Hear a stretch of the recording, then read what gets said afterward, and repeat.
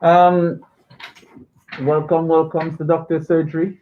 If you're just tuning in, um, if you want to take part in the show, the number is 0753 996 8143. I'll give it again 0753 996 8143. One last time for the money 0753 996 8143. If you're a first time listener, welcome. What's the Doctor Surgery about? It's about bringing you Britain's first Black current affairs show, where we deal with, in a comprehensive manner, all the issues within the media over the past week that pertain to us and how it impacts on us as a people. We do our best to highlight the essential needs for us as a people in terms of understanding what's taking place and iron out the nuances that may be a factor within the system, and how the information is being presented by the national media and press, which is never historically pleasant towards us or complimentary. It's always, in its subtle way, derogatory and takes away from our thinking. And we need to set the record straight and correct the misrepresentation of information when it pertains to us.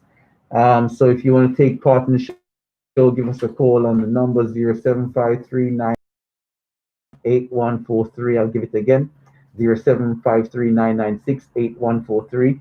If you're listening 104.1 on the FM of OmegaFMRadio.co.uk.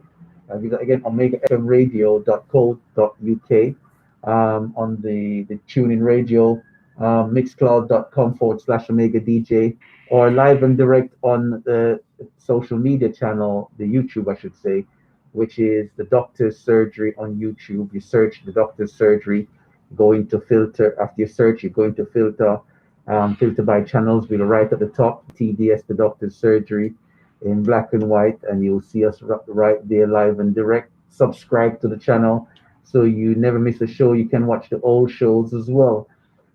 Text message reads: the saddest and first death of a black man by the stinking, filthy white devil police was a Nigerian man named David Olowale. He was last seen being chased by two officers and was found in a river in Leeds. These evil people have been killing us at random for centuries, and the police are their main agents of pain and destruction for us. Also, remember Michael Manson, who was set on fire in the street by this, but this time by three Cypriot devils. His death was very painful, and the police tried to wash his death away as being self-inflicted. But the truth is, he was murdered. Remember them.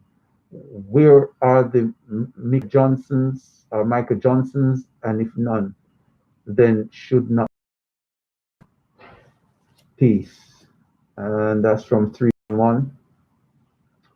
I kept it real and read it out as it said in its entirety. Um,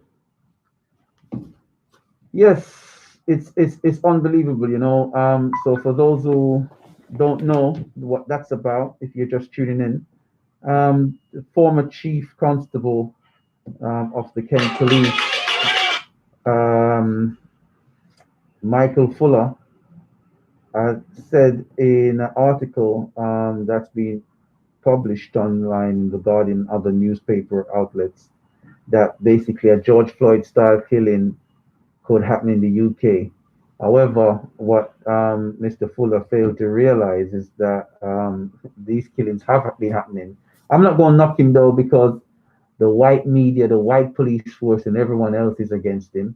So I'm going to turn it on a positive. I'm going to say he's said this statement, and it's for us to correct the statement and broaden it to say it's already happened, and we need to be mindful it doesn't happen again, because we remember all the names that's just mentioned from the text messages, as well as Joy Gardner, and what's the other young name that you gave me, along with Give me 2 seconds. no. No.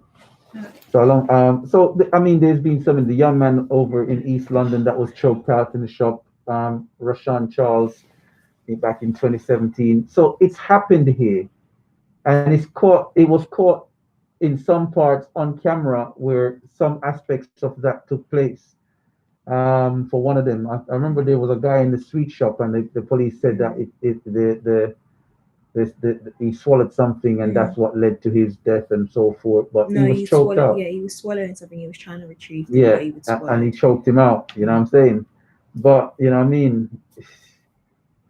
How the family lets the officer that done that get away, I don't know. You know what I'm saying? I don't know. I just don't know. Yeah, I mean all I can say is I don't know because anyway, yeah. So we have to remember all these people, and it's not that these things can happen. It's these things have been happening, and it's just not being caught so vividly. Likewise, we know that an officer knelt in the neck of a police. Sorry, let me rephrase that. A police officer knelt in the neck of a black man in the UK only last month after the George Floyd killing, to which that idiot Crusader Dick, head of the Metropolitan Police, is saying that is currently investigating, but she's completely incompetent. Like I say, we need a new Met and a better Met police commissioner, and you have to feel, concerned that the Met is being destroyed from top down. There's a lot of good officers there that need guidance. And a lot of ex-police officers have made very disparaging comments about Michael Fuller's comment, and a couple serving officers called in, anonymously. I was going to say anonymously, and Unanimously. unanimously just means majority, right? But so Mm. anonymously, called up, hidden their identity and called up saying they were police officers, and they made certain comments in relation to that. Um, so we know how they think. Once you aren't, um, yes sir, no sir, three bags full, be a good little house N word when they stop you, then that's if once you're a good little house N word when they stop you, when they finish digging you up, they will let you go without any problem if you have nothing to hide. That's the general gist of how one ex-officer called in and actually explained. And to the credit of the biased news presenter at the time, the presenter asked the officer to say, to the credit of black folks, we know that they disproportionately stopped, and they would feel a bit aggrieved. To which he was like a deer in the headlights, caught out for a minute, and he couldn't really give a coherent response, to which the call was then ended. But the fact of the matter still remained that his unethical and racially charged comments still went out live and direct, and wasn't really per se challenged in what was said, but more so, or how it was said, but more so echoed by other callers. So it's the nuance from that is that, the take home message from those listening, the white listening audience, is that these black folks, when they stop, they have no decorum. They constantly arguing, as if you get stopped 10 times for the month, you're going to sit there happy, going, "Hi, officer, how are you?" You get me? You know what I'm saying? Give them a hard time. That's what I say. Don't matter what. Give them a hard time. You know what I mean? Don't make it easy. Give them a hard time. You ain't got nothing on you. You haven't done nothing wrong. Give them a hard time. Give them an extra hard time. That's the way. Tell them to leave you alone. Give them a hard time. Don't respond to anything you don't have to respond to. You know what I'm saying? Just give them the bare minimum of what you need to give them, and that's that. And go about their business and find some real criminals. You get me? With their racial profiling foolishness. Yeah. So that's one of the things. So we know that Michael Fuller was kind of highlighting that these things can take place, but they have been, Michael. And what you should have said is that these things have been taking place. That would have been a more powerful statement, and we hope that it doesn't continue, even though the ground is fertile for the continuity of these things to take place. And that's the true comment there. you know. And whilst the government is distracted by COVID-19, um, it's disconcerting, especially for the fact that COVID-19 is seems to be another weapon that is impacting and being used against the black community in this country so far. I don't know about other countries, but in this country so far, we know that it's been a weapon.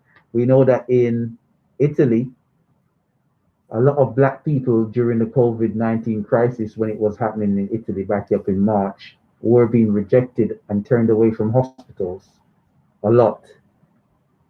They were not being receiving treatment. And we've all seen the videos of people in China from African origins, how they were being treated over there in China. So we as a people, we need to start realizing that we need to create our own space. We need to stop chasing after the things that lead to one being unhappy. Because the thing that seems to set us free are the things that we seem to run away from. It's the simpler things in life that makes people happy. Your health, your well-being. How many people look after themselves as best as they can? Because we have to take that into account. We complain about a lot of black folks being persecuted by the police in America, but how much so are we persecuting ourselves in America? And I don't want to jump on that far right narrative of, oh, black and black violence is this and all that. You know what I'm saying? The fact of the matter is, we need to start moving as in one accord. Because if we're doing that to each other, we're saying it's cool. We have open season on ourselves. And then we're saying to those that don't like us, well, since it's open season on ourselves, you know, we're so in this way set and thinking that it's okay for us to be open season on ourselves by you too. That's unfortunate that we buy into the self-aid program so much that we propagate it against ourselves so effectively. But it doesn't mean that we excuse anyone that think they can cross the borders and try to push the same thing and of their hate towards us on us. That's not accepting that either. But we have to grow past that, and we need to create our space and reflect love and support for one another in all areas where possible. We don't have to always be cutthroat against each other. One of the biggest problems that you will find in a lot of black spaces is a copycat mentality. So once one black person does something that works, everyone jumps on it. Can I give an example? Let me think. So if one black person starts buying and selling cars and everyone sees it's working, before you know it, you have 15, 20, 30 other people buying and selling cars because they haven't got that creativity for themselves to make something happen for themselves from scratch. They have to see something and effectively jump and copy it. And it then creates conflict. So we have to learn to support each other, understand how things work, and expand on someone's idea rather than just literally copying it blank. So someone sits down, does their research, builds from scratch, and then someone else just comes along and copies it and wants to reap the rewards. And it leads to animosity and conflict. You see all the time. And this happens within the business world, and this happens on the streets. And this is what leads to most gang violence and conflict. That copycat mentality, or wanting what you see your brother with. We need to start stepping away from that. And if we're so creative as which we say we are, we have to start teaching our youngsters how to make their creativity manifest. You know, and these are little things that we have to start to learn how we present and move forward with. We have to teach our youngsters all these skills continuously. And we have to teach our youngsters to teach their youngsters about these skills. We have to step away from that mentality that it's just ours. No, call up. What, the hang up? No, it was some like crime thing, suspicious activity. I don't know. Oh, so we have to always be mindful with things like that. You know, the old saying, the old banner, each one teach one, is about keeping that cycle going, understanding the changes, the nuances that will change within each cycle of time.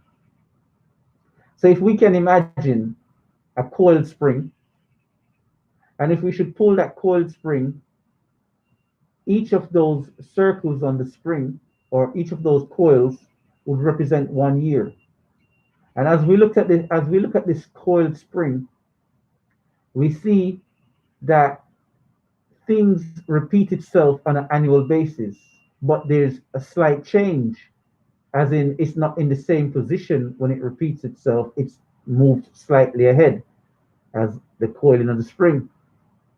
And when we look at it, we know that each year we have, for example, in the UK, winter, spring, summer, autumn, and the following year it's a repetition, but it's not going to be the exact replica the following year. Winter might be a bit shorter or it might be a bit longer, etc., etc. In life, things repeat itself. So after 10 years, a 10-year coil, if each coil or each circle on the spring represents 10 years, we know that things will be repetitive, might not be the exact same, it will move slightly ahead of itself. We have to learn how to see how these changes come into effect with each coiling of a spring, and how these small changes and how these small nuances render an impact, render difficulty towards our own children and impact on their outcome and their well-being. And once you understand that philosophy, that the enemy only uses the same devices over and over with just slight adjustments, you will always be able to interpret an attack when you see it coming. You know, to date, there isn't an attack that you should see coming that you don't preempt or predict. And some you just have to go through. Some you have to go through because you saw it coming, but you're probably in a position where it appears as a checkmate for those who play chess. That if you go right, you're going to be in problems worse. If you go left, you're going to be in problems worse. So you have to go through the attack and push through to the other side because it's like a pincer movement. So you choose to go through the one that has the least detriment and impact towards you. So these actions in life are important to be taught to the youngsters on how to interpret attacks, interpret misinformation. That's an attack. Interpret when they see things on the TV that are misleading and misrepresenting. You know, the blonde hair and the blue eyed is always the hero or the Prince Charming. Yes. You know, the tights and the fruity looking dress sense on the Prince Charming programs is the fashion sense to be. Well, growing up, you know, my grandmother in the background, she she she would make you know that's some fruity dressing straight off the bat. You know what I'm saying? So you know, looking at that, you go, oh yeah, why the man in that tight? You get me? Some fruity dressing. You know, you teach what the poison is, and you explain the poison as the poison is. Some people just love their children being poisoned, and then the outcome of that poisoning is this. You know, it's what you see in today's society. There's a prominent American footballer whose son has come out and completely tried to belittle and besmirch the young man who got shot in the back 7 times, tried to completely besmirch his name. he's a bit like that Republican black lady that always talks ill of black folks because the white is right, even though a lot of what she says is true in some contexts. And you could tell that this footballer's son, Mm. in his mentality and his fruitiness in his behavior, is what led him to have the opinion he had towards uh, the gentleman that was shot. And I don't want to call no names, but you can research it. Prominent American footballer son goes ham towards the gentleman that was shot in the back. You just have to type in the name in, and it will come up, and you would see what I mean when I say fruity behavior. Because a lot of these people, they don't know how to be men. Men have a lot of black men have lost the concept, or don't understand the concept of how to be men. And if you go back into black history and black stories within the African context, you will see there were societies that taught men how to be men. To be classified as a man in your mentality and thinking, you had to be able to show certain decorum and certain abilities by a certain age or within a certain period of time to be classified as a man. It wasn't just a number, it was mentality and action.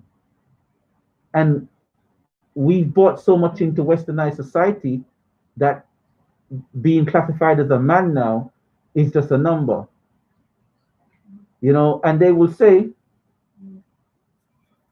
this white 17-year-old has no cause to understand his actions, and so because of his age, he's too young to have known the true ramifications to what he's done.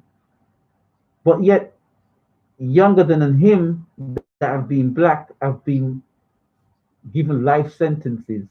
They don't receive the same consideration. We need to stop buying into the extreme negatives when it's ours and the extreme plausibility of excuses when they're not black. We need to step away from that. And if justice isn't resolved in one way, to the jungle it may be, because it is what it is. That's my take on it. Not telling anyone to do anything they shouldn't do, but to the jungle it be, Mm. for those who understand. Um, Mm. last well, to go back over another point as well, we have the Mm. they call them to go live because we want live callers to Oh, I come in. say caller. Yeah, They're not um, going on.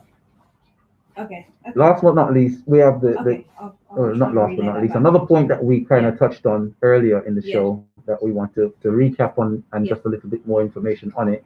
Okay. We have Okay. the Well, COVID-19 situation of schools, and I think this is a very pertinent one. I'm surprised we've had no calls on this. Is it because everyone that's listening, their children are grown up, or are you not sending your child back to school, or whatever the situation is? What was the caller saying before I go into that? Okay. So basically, he was talking about basically he was the person who sent the text message about the first Nigerian black man Mm-hmm. being murdered by the police, and he's basically saying that um, the whole society is basically draining us by repetitively using the notion of racism, and what it's basically doing is burning black people out, and it's creating an illness where we are selling each other out. We're not prepared to go back to our homeland countries, and all it's doing is this repetitive cycle of burning us out, and we're not getting any further. And basically, when we look at other ethnicities or races, they're advancing much further than black people because we're still stuck in a notion or an illness where we're not progressing. I would agree and I would disagree. I think I agree on the points that he's saying that it is a constant attack which does burn out. Yeah. What I would say is that there are black folks out there progressing. They Mm, are, but those success stories are not being celebrated. mm, There are black people doing phenomenally well in this country. mm, A lot of them doing phenomenally well. But those stories, and I don't blame those that are doing very, very well. I would keep stum and quiet as well, in that sense. Until I can see, if I was in their shoes, until I can see that there was an organized, strong minded community backing, should I come out and I say, listen, I'm going to support certain initiatives, until that is done in terms of people getting themselves together and being, consciously minded of growing together, I can understand why a lot of black folks just stay quiet and look after their business because it is what it is. mm, However, what I do realize is that for those that have that mindset, they need to be weary that it just means that they can be picked off one by one, to which a lot of prominent black folks have been individually destroyed. And if we go through the records, you can see so many that are destroyed as they picked off one by one. mm, So it's a catch-22 situation, so but there are a lot doing well, and there's always the breakthrough parties still coming through. So I'm not saying to the world that there aren't black folks doing well in the country. What I'm saying is that we haven't got our own space, and once they decide to attack, there isn't any protection. Even though you're doing well, there's no true protection against an attack when they decide to turn on you, if they decide to turn on you. Because not everyone will be turned on in that sense. And that's a key notion to the point I was kind of highlighting, to say there's plenty of black folks in this country doing very well, mm, black families. Not everyone is self-hating and doing with other people outside race and kind. And I have to say in that sense, because I'm not saying everyone that is in a mixed relationship is self-hating, no, but I'm saying a lot of people in mixed relationships are self-hating and trying to achieve success through not identifying with self and kind. Not everyone is in that position. And then we have some people that are in that position that didn't do it through to self-hate, that are out there still also enjoying success, and some enjoying difficulties.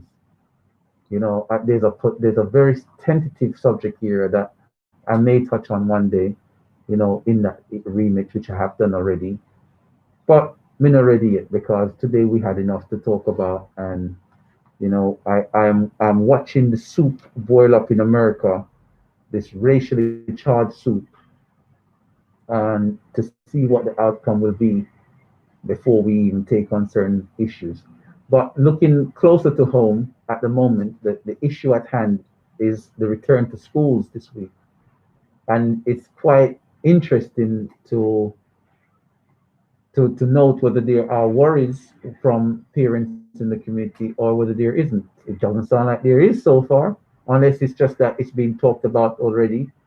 But I'm keen to get a parent's take, or or someone's take who works in the education system, to see what the processes are that are in place, that are coming in place. I'm aware of a lot of them because I've done my research, but it's not for me to just come on here and talk.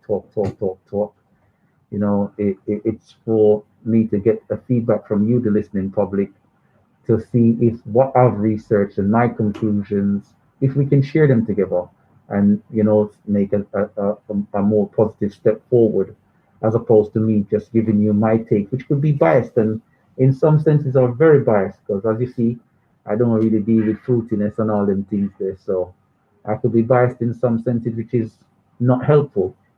I'm not going to say because I have a certain position, it's the right position, and it's the way forward. We all have to learn from each other. So I tend to reserve a lot of that aspect of my thinking, because it might not be helpful. And it might not resolve anything. It might just make the problem worse. So it's good to hear from you, the listening audience, so that we can understand the crux of what's going on from a wider um, position, so we can be far more informed in how we move forward. So, like I say, it'll be good and interesting to know whether your child or children will be affected and impacted by, are you concerned by COVID 19 and returning to school? Are you worried? Do you live at home with an elderly parent, or are you shielding but yet your child has to go to school? All these things have to be asked, these questions have to be asked, because we know they say this virus, quote unquote, impacts on us the most, or whether it's the people that should be given the health responses that are against us and not the virus. We don't know yet. One day it will come to light, right? So this virus impacts on us the most.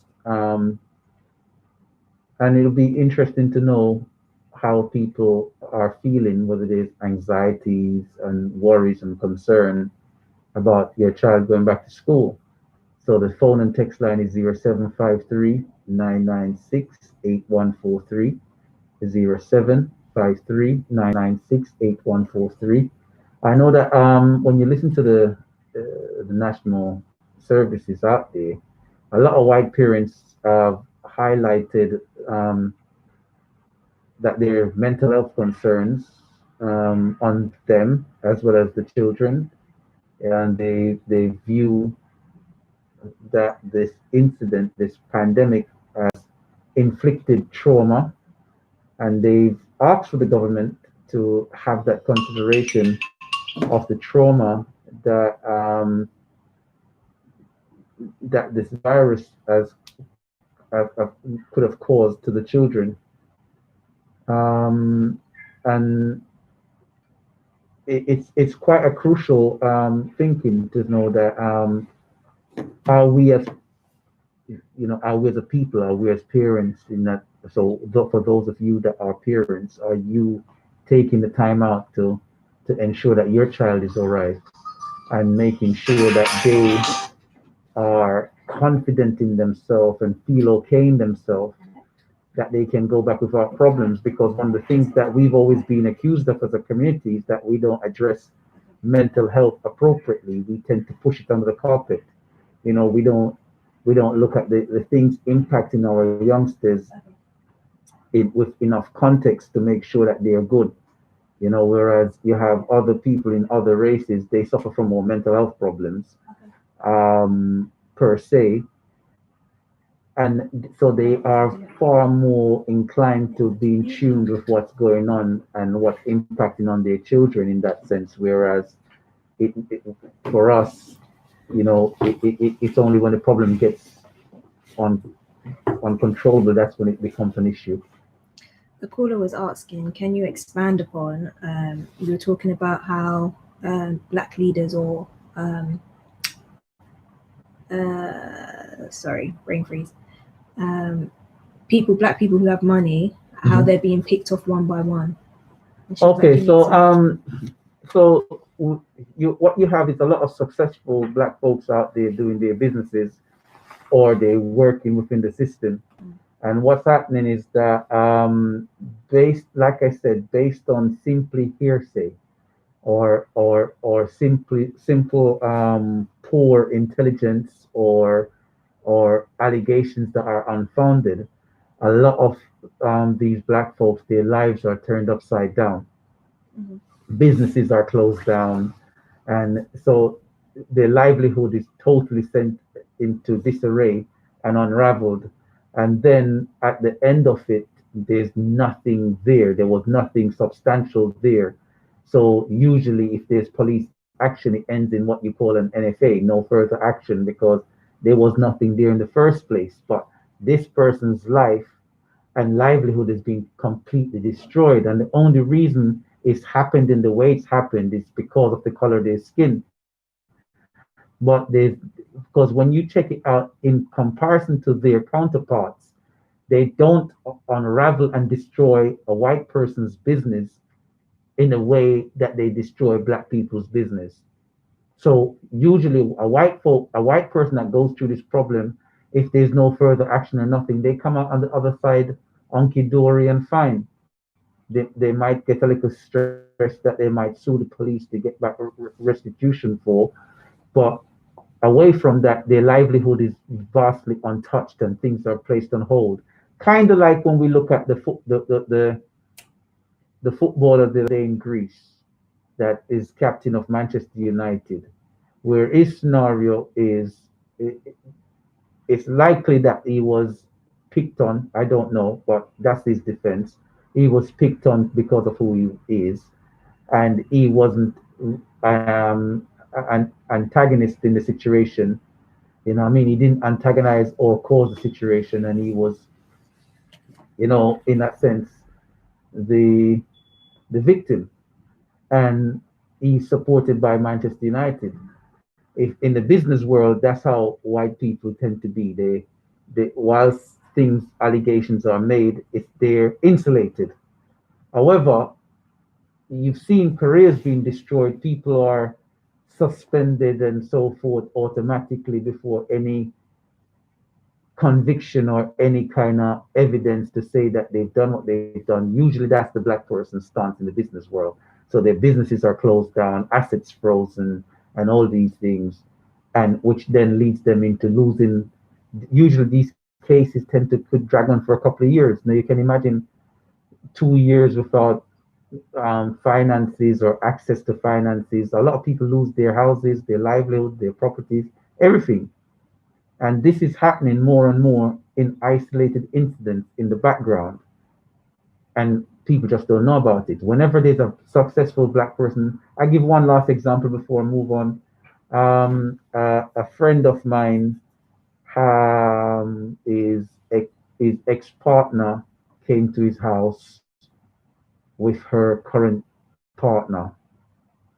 Now, the ex partner, he has a child with the ex partner, and the ex partner came to the house with her current partner. They got into a heated argument, and the new partner that came to his house with his ex partner broke something on his property, his window.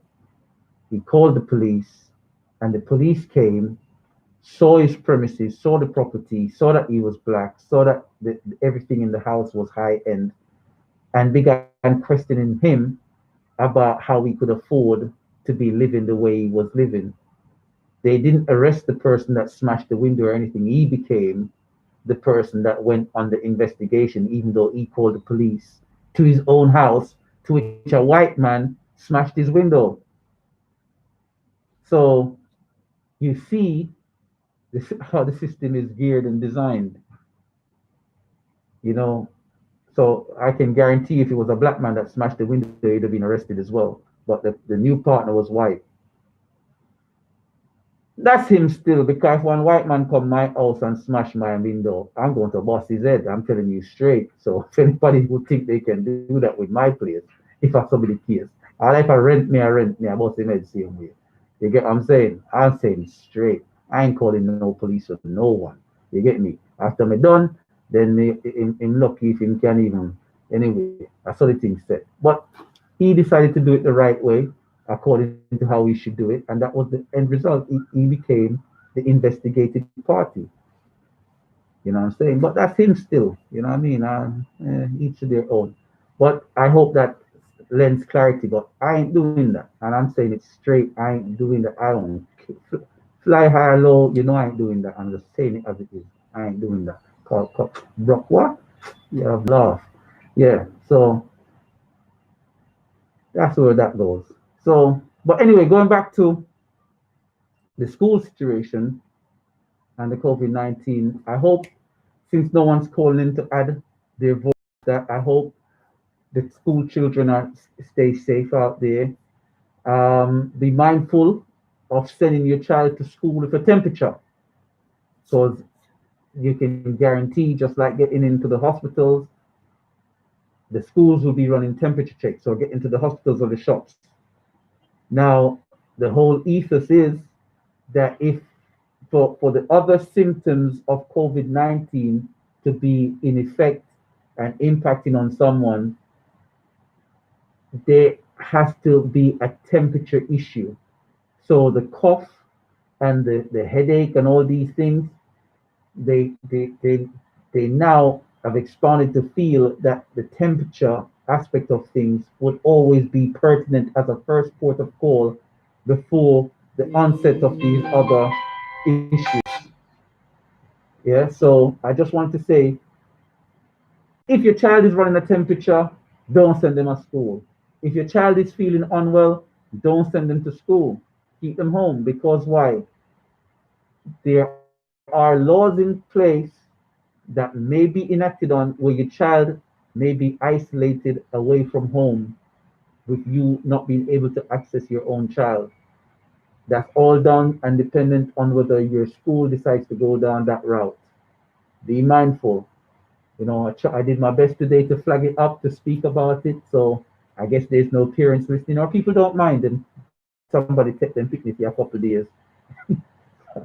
No, free babysitting, I guess, for 2, 3 days, or however long, 2 weeks, or however long. There's a lot of laws that have been passed that people aren't aware of, that people need to be aware of, and it's whether it's acted on in its entirety. And we know that with this idiot that they've got at the helms, that, anything can happen that is that shouldn't happen to good people. And this is what we're doing our best to avoid, being good people. No one, I'm not telling anyone to be a bad person out there. It's about being good people, living above and beyond the law, and yet creating happiness and wealth for your own family and security. That's what it's about. It's not about going out there and creating mischief. No one's promoting mischief. And this is why I said, when Mr. Blake in America, is it Blake? His last name? Got shot 7 times. His behavior was a bit idiotic. Whilst one caller said he looked out of sorts by being tased, if he was tased, we didn't see that on the video, it might have made him out of sorts, which is very likely. So, it's about staying safe and being safe, and it's not about creating your own space and creating unison amongst your brothers and sisters. Doesn't mean that you should turn around and hate white folks. But there's a lot of good white folks out there, a lot of good white folks. But you have to tread carefully, because you don't know who's who. And it's the reality. And for the good white folks out there, they should understand that when someone is being bitten by a bee, if they are hypersensitive to a bee flying around them, then it's understandable, because they have a reason to have developed that phobia. So I'm not saying anything about being prejudiced and hating people and white people are this and white people are that. If you think that's what I'm saying, let me correct those words. So that's not what I'm saying. What I'm saying is that we have to start to be better judges of characters. We have to start being more proactive in building ourselves, and stop waiting for someone to come and make things right. It will never happen, because you cannot expect a white person to betray themselves. You cannot expect a white person to talk about the jungle and not talk about Tarzan, even if it's made up. Because where is the narrative that would resound positive to their children and positive imagery? If you want that narrative done, do it yourself. Teach your children then the opposite side of Tarzan. Teach your children, say, boy, on their home in our village one day, eating the vegetables, and all you hear in the bush was, oh, and I'm thinking, wait, what that? You know what I'm saying? Tell, tell the story from a different angle. You get what I'm saying? And tell the story that suits you as the superhero in that context. You get me? Suddenly see one man with a monkey and say, wait, what the man I do with the monkey? You get me? I'm laughing, but I'm serious. Tell the story from the other side, but tell it to suit the narrative that you're not selling out your own. To wait for this balanced utopia, it doesn't exist, and it will never exist until you make it a balanced utopia, because you demand respect, because you put yourself in a position to demand respect. Simple as that. And the window of making this possible is getting smaller and smaller, with the rights of the people being shrunk gradually.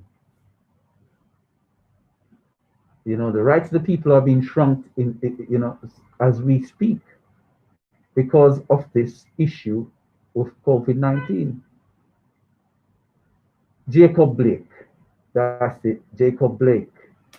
Give thanks, DJ Blake, for letting me know. Your name say Jacob Blake. That's the name of the young man. You know what I mean? You're getting names today. But this that's all I'm saying. You know, go forward with positivity, go forward with always being the best you can be for yourself and your kind. And it don't mean that you should shut the door on others. It just means that if you want to open the door for somebody, make sure you open the door for the right set of people. Be an excellent judge of character. Know, you know what I mean? Learn how to look at somebody and just sniff them out. Just like you can look at someone and say, you know, that boy, they look fruity, or that girl, they look kind of wrong. Learn, judge, be on point with it. You know, like when your grandparents used to say, you bring home certain friend, your grandparents, and look and say, you know, that boy, they have trouble. And then them usually right 99% of the time, don't. You get what I'm saying? Learn to be excellent judges of characters so that when you see a situation, you know where it is straight off the bat. Go back to the old time style of things in terms of approach to assessing and analyzing people's characters. Because, you know, we can't afford to make no more mistake in our life. So when Michael Fuller says George Floyd type killing could happen in the UK, make sure that they know that it can't anymore because it's happened already. Make sure that you draw the line and say no more. That's all I'm saying to the community. I feel like I'm lecturing and teaching rather than having dialogue. But we're out of time. We can't have no more dialogue for today. Thank you to everyone that's called in. You know, it's been great. It's the doctor's surgery. Remember, we want people to subscribe. Hopefully, get the subscription up. The subscription quite low at the moment. You get me? So hopefully, over time, the subscription will reach a couple of thousand rather than just 10, if that. You know, we want the subscription to be up there. All the silent listeners, you know, we'd love to get you to watch the videos and comment online, share the videos.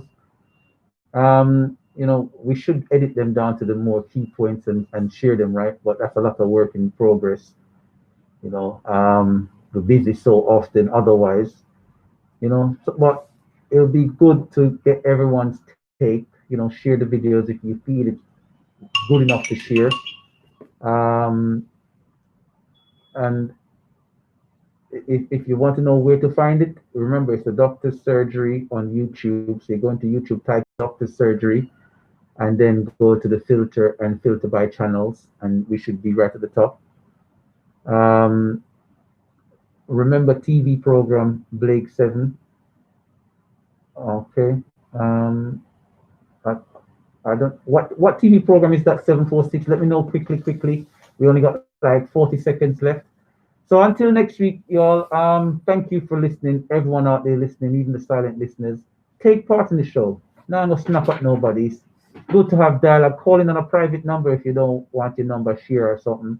But it's good to hear from everyone because that's what makes the show work effectively. So that they can know that we have a voice. And in having a voice, we are thinking and we can see what they're doing. We're calling them out. And don't think they ain't listening to the show, you know. You know, don't think they ain't listening to this show and the other shows that are of pertinence. So until next week, take care and give care.